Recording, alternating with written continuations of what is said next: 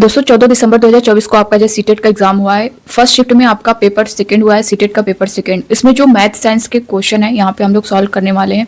और अगर आपको सीडीपी का है, एसएसटी का है, सब्जेक्ट वाइज जो लैंग्वेज का है, हिंदी, इंग्लिश, संस्कृत जो भी है, तो आप लोग सब्जेक्ट वाइज देख सकते हैं। मैंने सबका एक में नहीं दिया है, सबका अलग अलग वीडियो बना दिया है सब्जेक्ट वाइज। तो आपका जो भी लैंग्वेज होगा, जो भी सब्जेक्ट होगा, आप लोग उसे देख सकते हैं। तो इस वीडियो में हम लोग जो है मैथ साइंस के जो क्वेश्चन है उसके आंसर देखेंगे। तो आप लोग फटाफट अपने आंसर को मैच करते हुए चलिएगा। बहुत ज़्यादा टाइम नहीं लेंगे, हम लोग सॉल्व नहीं करेंगे ना, बहुत डिटेल देखेंगे, फटाफट सिर्फ आंसर करेंगे। बाद में जो है सारी चीज़ें हम लोग बाद में देख लेंगे डिटेल में, ठीक है। तो 31 क्वेश्चन आप लोग यहाँ पे स्क्रीन पर देख पा रहे होंगे। मैथ का सबसे पहले क्वेश्चन है, 30 क्वेश्चन आपका मैथ का है, 30 क्वेश्चन साइंस का है।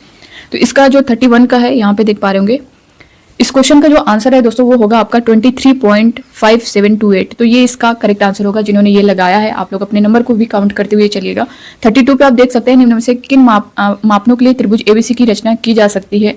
तो इसमें किसमें की जा सकती है, इसका जो करेक्ट आंसर होगा वो होगा सेकेंड वाला, AB इक्वल टू 8 सेंटीमीटर, वही BC इक्वल टू 4 सेंटीमीटर। तो ये जो सेकेंड वाला ऑप्शन है वो आपका करेक्ट होगा। आप लोग मैच करते हुए चलिएगा, फटाफट हम लोग यहाँ पे आंसर ही देखेंगे। 33 का जो क्वेश्चन है आप लोग 33 नंबर पे, इसका जो आंसर है वो आपका होगा सेकेंड वाला 2Q - 3R। यहाँ पे सेकेंड ऑप्शन देख सकते हैं, ये जो है आपका करेक्ट हो जाएगा। अगला क्वेश्चन यहाँ पे देख सकते हैं दोस्तों, ये आपका है पेडागोजी से आकलन के लिए निम्नलिखित में से कौन सा कथन सही है। जो सही है वो बताना है। तो इसमें होगा अधिगम के रूप में मूल्यांकन, स्व मूल्यांकन और सहकर्मी मूल्यांकन के अवसर उत्पन्न करता है। फर्स्ट ऑप्शन इसका करेक्ट हो जाएगा। 35 क्वेश्चन आप लोग देख सकते हैं। 35 में जो है इसका जो करेक्ट आंसर है वो क्या होगा। इसका जो करेक्ट आंसर होगा दोस्तों वो होगा आपका 3/4। ऑप्शन थर्ड जो इसका करेक्ट होगा। ये जो मैंने सेट लिया है आपका, ये सेट होगा तो आप लोग फटाफट मैच कर लेंगे। मगर जिनका सेट अलग होगा आप लोग अपने ऑप्शन देख करके ही टिक करिएगा, ठीक है। जहाँ पे 3/4 है ये यहाँ पे भी आपका हो सकता है या फिर फर्स्ट पे भी हो सकता है, तो इस चीज का ध्यान दीजिएगा, ठीक है। तो 3/4 ही इसका करेक्ट होगा। अगला क्वेश्चन है 36 पर आप देख सकते हैं कि बहुत से व्यवसाय जैसे कि लेखाशास्त्र, हिसाब किताब, बैंकिंग, दुकानदारी, सिलाई का काम इत्यादि में प्रत्यक्ष या परोक्ष रूप से गणित की आवश्यकता होती है। यह गणित के किस मूल्य की व्याख्या है। तो उपयोगितावादी की, थर्ड ऑप्शन इसका करेक्ट हो जाएगा, ठीक है। अगला क्वेश्चन यहाँ पे देख सकते हैं 37, निम्नलिखित में से किसका उपयोग जो है विद्यार्थियों में समस्या समाधान की योग्यता, मापन की योग्यता, प्रयोगात्मक योग्यता आदि का रिकॉर्ड रखने के लिए किया जाता है। तो ये होगा आपका उपाख्यानात्मक रिकॉर्ड। थर्ड ऑप्शन जिन्होंने टिक किया है वो बिल्कुल करेक्ट है। निम्न में से कौन सी संख्या मानक रूप में लिखी गई है। तो इसमें से कौन सी संख्या है जो मानक रूप में लिखी गई है वो बताना है आपको। तो इसका जो करेक्ट आंसर होगा दोस्तों ये आपका हो जाएगा सेकेंड वाला ऑप्शन 8.5 × 10⁻12। ये जो है इसका करेक्ट आंसर होगा, ठीक है। अगला क्वेश्चन देख सकते हैं, किसी समलंब ABCD की समांतर भुजाओं AB और CD के बीच की दूरी 12 सेंटीमीटर है। इसका जो करेक्ट आंसर है वो आपका है 228। जो ऑप्शन नंबर 4 है ये इसका करेक्ट आंसर हो जाएगा। अगला क्वेश्चन आप यहाँ पे देख सकते हैं 40 पे, ये आपका पेडागोजी का क्वेश्चन है। प्रारंभिक स्तर पर गणित की पाठ्य पुस्तकों में निम्नलिखित में से कौन सी विशेषता सबसे उपयुक्त है। इसमें कौन सी विशेषता जो सबसे उपयुक्त है वो बताना है। तो इसका जो करेक्ट आंसर होगा दोस्तों, अवधारणाओं को ठोस से अमूर्त की ओर प्रस्तुत किया जाना चाहिए। तो अगर आपने इसे लगाया है फोर्थ वाला ऑप्शन तो बिल्कुल करेक्ट है। आप लोग अपने नंबर भी काउंट करते चलिए और फीडबैक जरूर दीजिएगा आपके कितने नंबर बन रहे हैं। अगला क्वेश्चन है दोस्तों, 12 सेंटीमीटर भुजा वाले एक ठोस घन के छोटे ठोस घनों में काटा जाता है जिनमें से प्रत्येक की भुजा 4 सेंटीमीटर है। इसका जो करेक्ट आंसर होगा आपका ऑप्शन नंबर 4 होगा। ये देख सकते हैं, नया कुल पृष्ठीय क्षेत्रफल प्रारंभिक कुल पृष्ठीय क्षेत्रफल का तिगुना हो जाएगा, ठीक है। तो इसका फोर्थ ऑप्शन करेक्ट।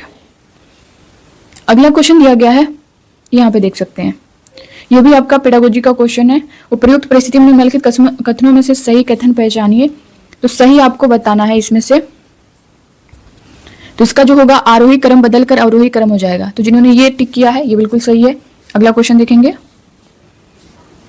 निम्न आंकड़े के खिलाड़ी द्वारा उसके द्वारा खेले गए पिछले 11 मैचों में लिए गए विकेटों की संख्या दर्शाते हैं। इसका जो करेक्ट आंसर है दोस्तों होगा आपका 8/11। सेकेंड वाला जो ऑप्शन है 8/11 ये जो है करेक्ट हो जाएगा।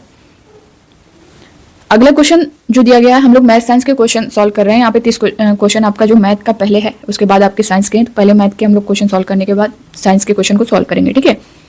अब यहाँ पे 44 का जो क्वेश्चन आप लोग देख पा रहे होंगे, किसी त्रियक द्वारा दो समांतर रेखाओं के प्रतिच्छेदन से बने दो संगत कोण।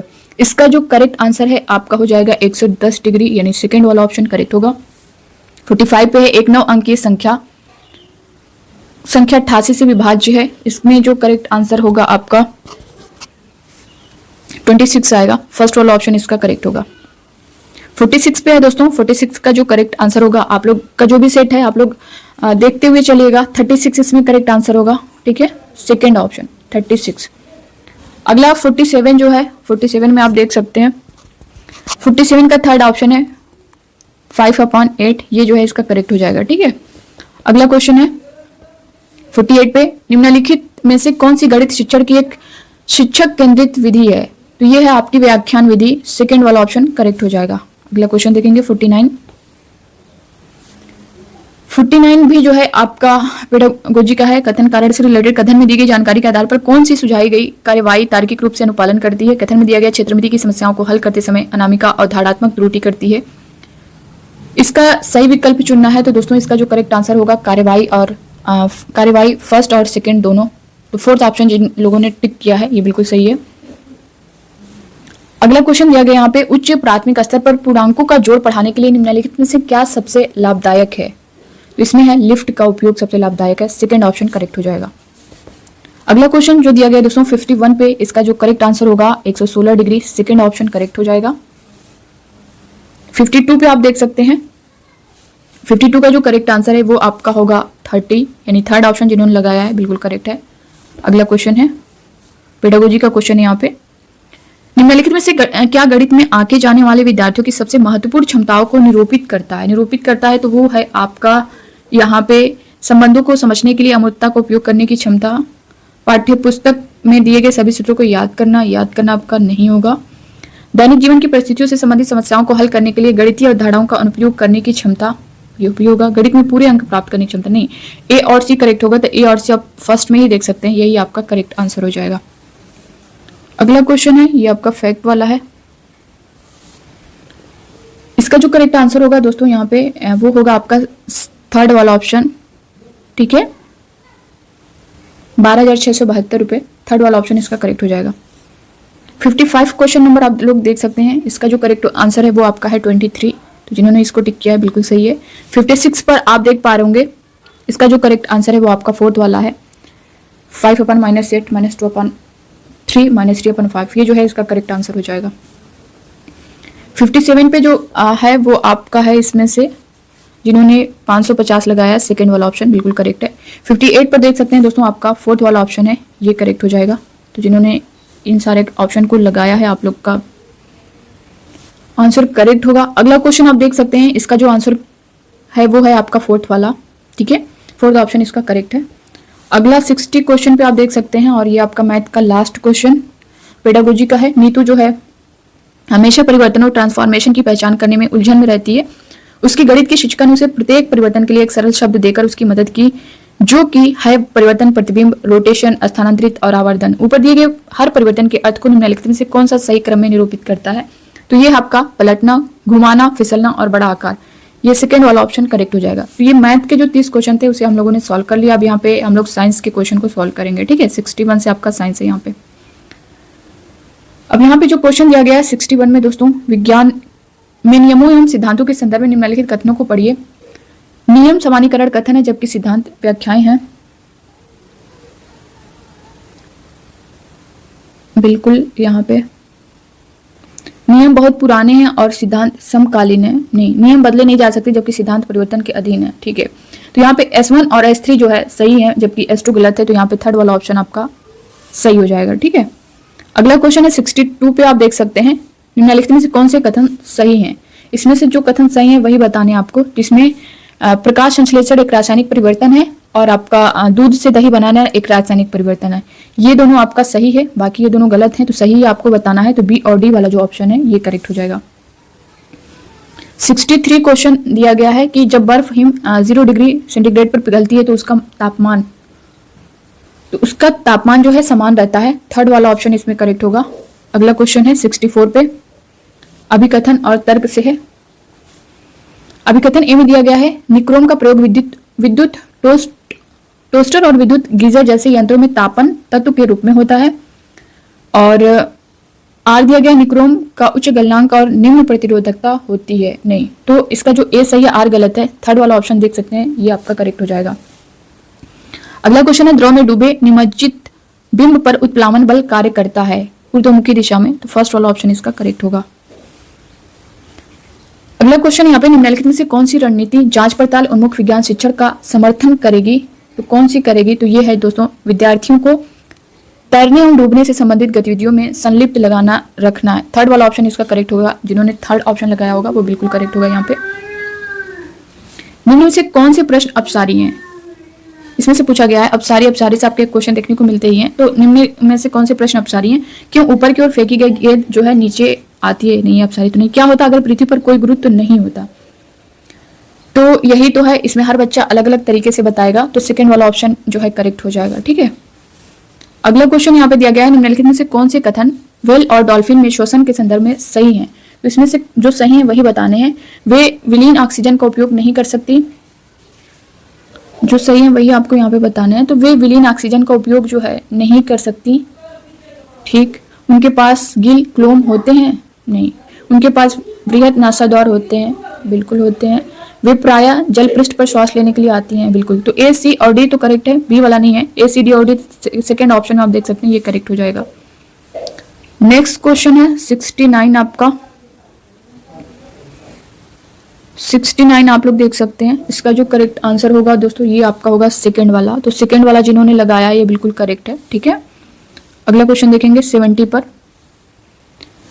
70 का जो करेक्ट आंसर है वो आपका है 19, 9, 9, 12, 12, 12। सेकेंड वाला ऑप्शन ये करेक्ट हो जाएगा। ठीक है, ये अगला क्वेश्चन देखते हैं 71। 71 S1 और S2 से दिया गया यहाँ पे। तो S1 में दिया गया स्व परागण केवल द्विलिंगी पुष्पों फूलों में हो सकता है, S परागण केवल एक लिंगी पुष्पों फूलों में हो सकता है। तो इसमें दोनों जो है गलत है, इस वजह से S1 और S2 दोनों गलत हैं। यही आपका करेक्ट होगा, सेकंड वाला ऑप्शन। इसमें गलत ही पूछा गया है, तो सेकंड ऑप्शन हो जाएगा। 72 क्वेश्चन पे आप देख सकते हैं कि सभी आयु वर्ग के बच्चों की विभिन्न धारणाएं होती हैं, जबकि विज्ञान अवधारणाओं से भिन्न हो सकती है। निम्नलिखित में से इन धारणाओं के संबंध में कौन से कथन सही हैं? तो इसमें से ये धारणाएं सामान्यतः स्थिर होती हैं? नहीं। ये प्रक्षेपित परिघटनाओं के कारण बनती हैं? बिल्कुल। ये समान विकासात्मक प्रतिरूप का पालन करती हैं? बिल्कुल। और आपका हो जाएगा उन्हें सरलता से परिवर्तित किया जा सकता है, ये भी आपका होगा। वे प्राय प्रभाव क्षेत्र डोमेन विशिष्ट होती नहीं। तो बी, सी और डी किस ऑप्शन में? सेकंड ऑप्शन में आप देख सकते हैं, ये आपका करेक्ट आंसर होगा। अगला क्वेश्चन है 73 नंबर पे, निम्नलिखित में से कौन सा कथन सही है? इसमें से जो सही है वही आपको बताना है। निम्न जल धारक क्षमता वाली मृदा का कमजोर वातन होता है तथा उच्च अंतःस्रवण दर होती है। इसका जो है फर्स्ट ऑप्शन ही आपका करेक्ट हो जाएगा, यही। ठीक है, अगला क्वेश्चन है 74 पे। ज्यादा टाइम हम लोग नहीं लगेंगे, फटाफट जो है यहाँ पे आंसर देखेंगे। निम्नलिखित में से कौन से कथन यौगिक के संबंध में सही नहीं है? यौगिक के संबंध में जो सही नहीं है वो बताना है। यौगिक जो है संगठक पदार्थों के गुणों को दर्शाते हैं, ये नहीं सही है। केवल तत्व ही यौगिक बनाने के लिए अभिक्रिया कर सकते हैं, ये भी सही नहीं है। प्रत्येक यौगिक का संयोजन सदैव स्थिर होता है, ये आपका सही है। और यौगिकों को भौतिक एवं रासायनिक विधियों द्वारा ही पृथक किया जा सकता है, तो आपको नहीं ही बताना है। तो ए, बी और डी किस ऑप्शन में आप देख सकते हैं, थर्ड वाला ऑप्शन ए, बी और डी, ये करेक्ट हो जाएगा। 75 नंबर पे जो क्वेश्चन है, जब प्रकाश की किरण माध्यम ए से माध्यम बी में प्रवेश करती है तब उसकी चाल गति घटती है और आगे माध्यम सी में प्रवेश करने पर उसकी चाल बढ़ती है। इससे निम्नलिखित में से कौन सा निष्कर्ष निकाला जा सकता है? तो इसका जो करेक्ट आंसर होगा दोस्तों, ए और सी की अपवर्तनांक बी से कम है। सी थर्ड वाला जो ऑप्शन है इसका करेक्ट हो जाएगा। अगला जो क्वेश्चन यहाँ पे, ए हार्मोन्स हमारे शरीर में कार्बोहाइड्रेट, प्रोटीन तथा वसा उपापचय को नियंत्रित करता है। यह बी ग्रंथि द्वारा स्रावित होता है तथा हमारे आहार में सी इस ग्रंथि के कामकाज को प्रभावित करता है। तो इसमें क्या होगा? ये होगा आपका थायरॉक्सिन, थायराइड, आयोडीन। थर्ड वाला ऑप्शन जो है ये करेक्ट हो जाएगा।